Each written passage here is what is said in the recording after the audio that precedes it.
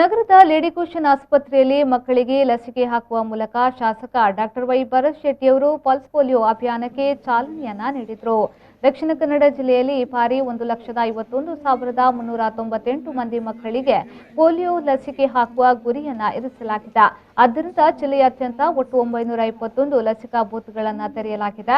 ಅಲ್ಲದೆ 6 ಮೊಬೈಲ್ ಲಸಿಕಾ ಬೂತ್ಗಳನ್ನು ತೆರೆಯಲಾಗಿದ್ದು, ರೈಲು ನಿಲ್ದಾಣ, ವಿಮಾನ ನಿಲ್ದಾಣ ಹಾಗೂ ಬಸ್ ತಂಗುದಾಣಗಳು ಸೇರಿ 26 ಟ್ರಾನ್ಸಿಟ್ ಬೂತ್ಗಳನ್ನು ತೆರೆಯಲಾಗಿದೆ.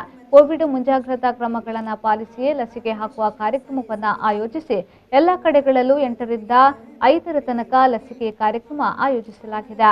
ಈ ಸಂದರ್ಭದಲ್ಲಿ ದಕ್ಷಿಣ ಕನ್ನಡ ಜಿಲ್ಲಾ ಆರೋಗ್ಯಾಧಿಕಾರಿ ಡಾಕ್ಟರ್ ರಾಮಚಂದ್ರ ಪಾಯಾರಿ, ಲೇಡಿ ಕುಶನ್ ಆಸ್ಪತ್ರೆಯ ಡಿಎಂಒ ಡಾಕ್ಟರ್ ದುರ್ಗಾಪ್ರಸಾದ್, ವೆಲ್ನಾಕ್ ಜಿಲ್ಲಾ ಆಸ್ಪತ್ರೆಯ ಡಿಎಂಒ ಡಾಕ್ಟರ್ ಸದಾಶಿವ ಮತ್ತಿತರರು ಉಪಸ್ಥಿತರಿದ್ದರು.